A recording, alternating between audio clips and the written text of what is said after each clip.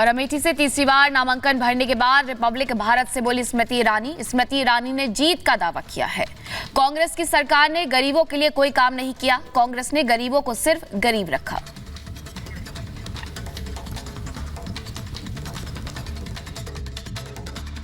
कि सबसे high profile constituency में से एक अमेठी लोकसभा, जहां से भारतीय जनता पार्टी की प्रत्याशी स्मृति ईरानी ने आज नामांकन दाखिल किया, वहीं अगर देखा जाए विपक्ष से अभी तक कोई भी मजबूत दावेदार अभी तक सामने नहीं आ सका है। लेकिन आज ज़बरदस्त नामांकन रहा, रोड शो रहा स्मृति ईरानी का, और उनके साथ मुख्यमंत्री मध्य प्रदेश के मोहन यादव भी आए थे। हम स्मृति ईरानी जी से ही जानना चाहते हैं कि जिस तरह का रोड शो था, जिस तरह की पब्लिक आपसे मिलने आई थी, क्या कहेंगी? और ये पब्लिक देखने के बाद आपके मन में अब क्या चल रहा है?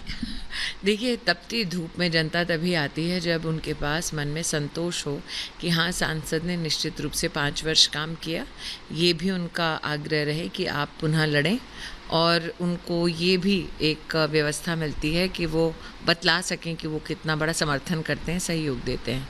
तो आज तो अमेठी की पुण्य धरा पर मोहन जी आए, मध्य प्रदेश के हमारे मुख्यमंत्री, उनकी उपस्थिति में नामांकन भरने से पहले जो रोड शो हुआ, उसमें उमड़ी भीड़ आपको ये संकेत दे रही है कि जनता जनार्दन ने भरपूर अपना आशीर्वाद, अपना स्नेह दिया। और मोहन जी की तो ये ससुराल है, बहुत कम लोग जानते हैं। तो मैं आभार व्यक्त करती हूँ अपने राष्ट्रीय अध्यक्ष जी नरेंद्र भाई, अमित भाई और योगी जी के प्रति कि मुझे पुनः यहाँ पर अमेठी की सेवा देने का उन्होंने अवसर दिया है। जी, देखा जाए कि आप आज नामांकन से पहले कल रामलला का आप दर्शन करने गई, वहाँ आशीर्वाद लिया, हनुमान लला से आशीर्वाद लिया, राम जन्मभूमि ट्रस्ट के जो अध्यक्ष हैं उनसे आपने आशीर्वाद लिया, फिर अपने कंस्टिट्यूंसी में जो प्रमुख मठ मंदिर है वहाँ पर भी आप गई, और आज घर से पूजा पाठ करके निकले।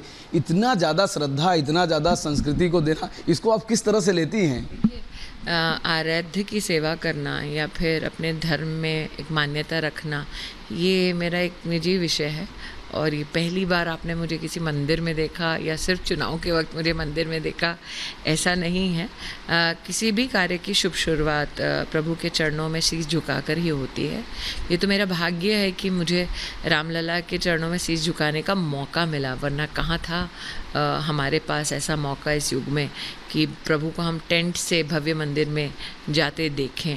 और इसीलिए कल रामलला के चरणों में मैंने राष्ट्र के वैभव की भी प्रार्थना की, और नरेंद्र भाई के उत्तम स्वास्थ्य और उनके लंबे कार्यकाल की भी मैंने यहाँ पर प्रभु के सामने प्रार्थना की। जहाँ तक कि संतों के आशीर्वाद का विषय है, मैं अपने आप को भाग्यशाली मानती हूँ कि सभी संतों ने वहाँ पर आकर विशेष रूप से बहुत स्नेह दिखाया, बहुत सम्मान दिया, बहुत आशीर्वाद दिया। मैम, इसी अमेठी में हम लोग आते थे, फिलहाल अभी भी मैं कई दिनों से इसी अमेठी में हूँ, कई ब्लॉक में गया, लोगों से बातचीत किया, जहाँ पर लोग पहले बोलने के लिए तैयार नहीं होते थे, आज लोग खुल के बीजेपी के पक्ष में बोल रहे हैं और कह रहे हैं हम तो स्मृति दीदी के साथ हैं, हम तो योगी जी के साथ हैं, मोदी जी के साथ हैं। क्या कहेंगी, आपका मेहनत, आपका काम क्या इन लोगों को प्रभावित किया है? एक सांसद मात्र पूरा काम नहीं कर सकता अगर सरकार सहयोग ना दे।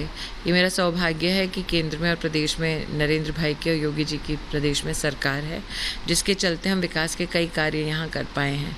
आपका यहाँ पर इस बात का उल्लेख करना कि ग्रामीण अंचल में विशेषता यहाँ आप नरेंद्र भाई का और भाजपा की सरकार का उल्लेख सुन रहे हैं। इस क्षेत्र में गत 5 वर्षों में 1,14,000 घर बने, 4 लाख परिवारों को पहली बार टॉयलेट मिला, 3,50,000 परिवारों में पहली बार नलके का कनेक्शन मिला, 1.5 लाख परिवारों को पहली बार विद्युत का कनेक्शन मिला, 2,20,000 परिवारों को पहली बार गैस का कनेक्शन मिला। लोग हतप्रब्ध हैं कि ये वो इलाका है जहाँ पर गांधी खानदान का विशेष सतत 50 साल यहाँ पर उनकी सत्ता रही। तो कई लोग जो अमेठी के बाहर मुझसे सुनते थे कि 1.5 लाख परिवारों के पास बिजली ही नहीं थी, मैंने कहा नहीं, कनेक्शन ही नहीं था। तो वो हमेशा मुझसे पूछते थे कि परिवार तो अपने आप को इतना बड़ा वीआईपी परिवार मानता है, फिर अपने ही लोगों को क्यों सुविधा नहीं देता था? क्योंकि कांग्रेस की मेरे हिसाब से रणनीति रही है, यहाँ का अगर नागरिक गरीब रहे तो उनकी राजनीति चलती रहेगी। आज जब हम गांव में जाते हैं, एक में इंटरव्यू में आपने खुद देखा था कि गांव का व्यक्ति स्वयं स्वीकार करता है कि अगर नरेंद्र मोदी ना होते तो अमेठी में राहुल गांधी सांसद अगर होते तो कभी भी लोगों को मुफ्त की ना वैक्सीन मिलती, ना उन्हें मुफ्त का अनाज मिलता। आज अमेठी में 19 लाख लोग मुफ्त का अनाज पा रहे हैं। ये वो गौरीगंज है जहाँ पे आप वर्तमान में हैं, जहाँ पर कांग्रेस के दलाल मिट्टी का तेल भी खा रहते थे। तो लोगों के लिए रिकलेक्शन के लिए बहुत जल्द एक विषय मिल जाता है कि हाँ, हम देखे थे इस मोड़ पे, इस नाके पे इस व्यक्ति ने हमारा अधिकार का मिट्टी का तेल खा लिया। 5 महीने में एक बार बुलाते थे, अंगूठा लगाओ, जितना राशन दे रहे हैं उतना लो, बाकी कुछ नहीं मिलेगा। तो लोग क्योंकि ये सब झेल चुके हैं यहाँ पे, उनके लिए कंपैरिजन बहुत आसान हो जाता है। यहाँ से 40 मिनट दूर जगदीशपुर का इलाका है, वहाँ होकर आए, वहाँ पर आप भागवत की कथा नहीं कर सकते थे, गुंडे आपको पीटते थे।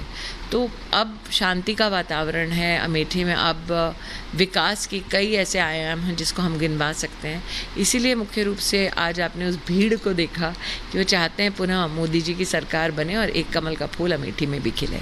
हमको लगता है कि मैम जिस तरह से आपने मेहनत किया है, बहुत सारी जो भ्रांतियां भी आपके लोकसभा में लोगों के अंदर थी उसको भी आपने दूर करने का काम किया है, तभी लोग खुल के आपके साथ हैं। एक बात और मैम, जो कांग्रेस की परंपरागत सीट रही हो, 50 वर्षों से इनका अमेठी से नाता रहा हो, रायबरेली से नाता रहा हो, आज सिर्फ और सिर्फ 4 दिन बचे हैं नामांकन के, अभी तक ये लोग उम्मीदवार के नाम की घोषणा नहीं किए हैं। ये नहीं है, कांग्रेस किसको प्रत्याशी बनाता है वो मेरा विषय ही नहीं है।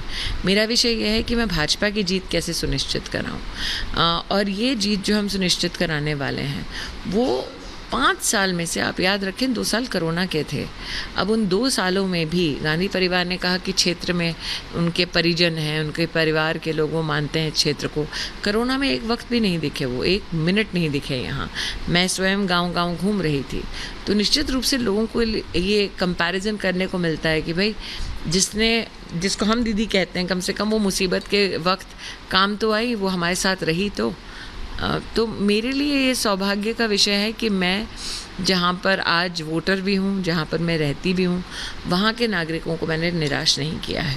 पिछली बार जब मैम आप जीती थी 55,000 वोटों से जीती थी, इस बार आपकी उम्मीद क्या है? क्योंकि 5 सालों में लोगों ने आपका काम देखा है, और जब पहली बार आप जीती थी तो पहली बार आप जीती थी चूँकि काम आपकी जनता नहीं देखी थी, इस बार आपकी जनता ने काम देखा है, और क्या कहेंगी, क्या इस बार रायबरेली भी आप ले रही हैं? देखिए, अमेठी लोकसभा क्षेत्र में मैं पहली महिला हूँ जो नॉन कांग्रेस जो जीती है, और अमेठी लोकसभा क्षेत्र में पहली बार ऐसा होगा कि भारतीय जनता पार्टी का प्रत्याशी दूसरी बार लगातार जीतेगा।